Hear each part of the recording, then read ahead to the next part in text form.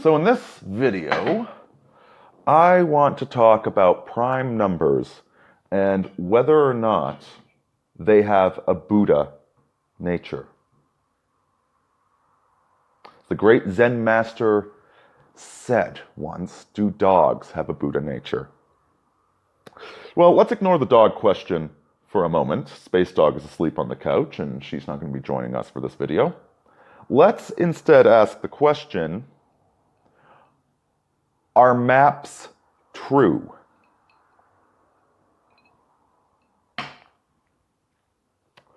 Well, yes, of course. A map is true. That is, the map just tells you what the land looks like. Of course, it's true. No, maps aren't true. Maps are a gross oversimplification that tries to take this diverse territory and cram it into this small little square you have in front of you. You know, the more detailed your map, the longer the coastline is. How long is a coastline? Depends on your level of detail, because every little squiggle adds a little bit more distance. So maps are true and maps are false, and maps have a Buddha nature. Now, what about prime numbers?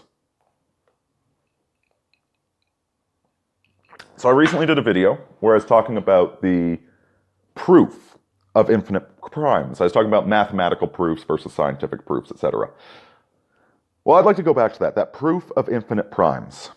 And I'll briefly cover it here. Link down below if you want the thorough explanation.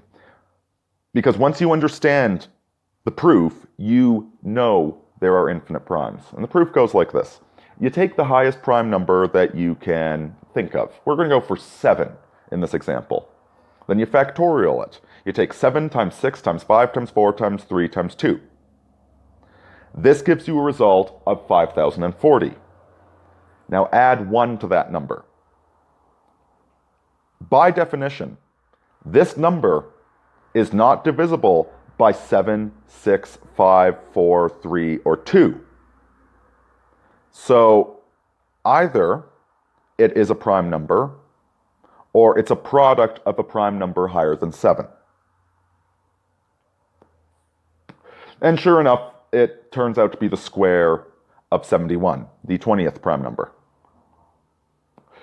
So by this proof alone, and you do this method to any prime number, factorial it, then add 1, you're going to have a number which proves that there's a higher prime number.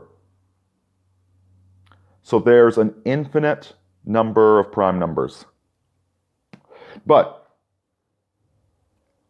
here's the crazy part. We know there's an infinite number of primes.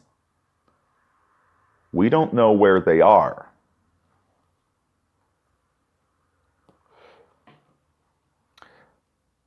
The thing about a prime number is we state prime number as if it's a discernible thing. But it's not. Quite the opposite. A prime number is a number that we can't find without brute forcing it, without walking. Like, there's no map for the prime numbers. Our map says they are infinite, but it does not say where they are.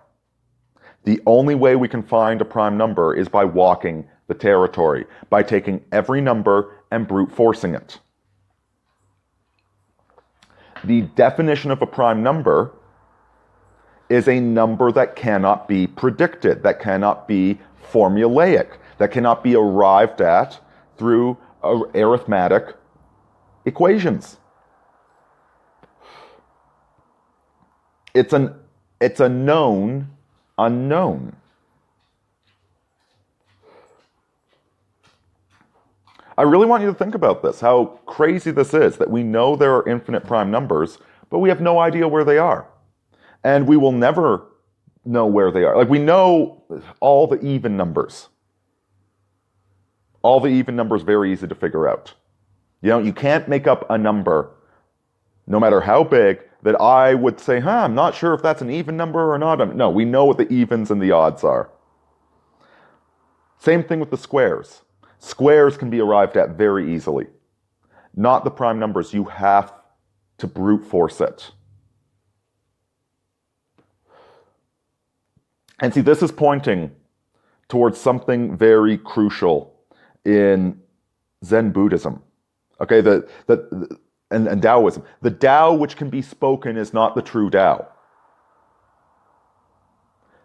The Tao is bigger than what can be spoken. The same way the prime number, we say prime number as if we know what we're talking about. We don't know what we're talking about. We know some of the prime numbers. We don't know all of them, and we never will.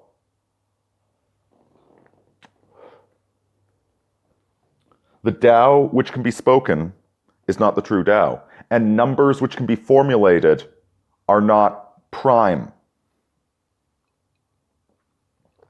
So we have this massive gap in our knowledge. We know they're out there. We don't know where they are. The only way we can know them is to walk along the beach until we find them. And so what is knowledge then? If we know it's true that there's infinite,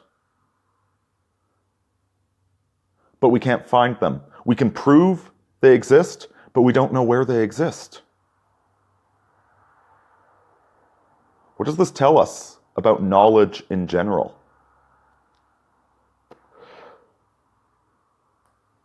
What conclusions should we make about our day-to-day choices, our moral decisions, our pragmatic decisions? If there's knowledge that we know but we can't know. There's a tree of life, but surrounding the tree of life is other life that we can't see. I think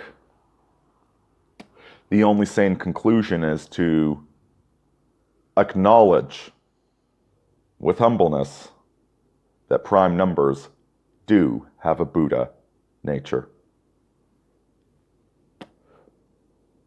Deus Volt, Aurini, out.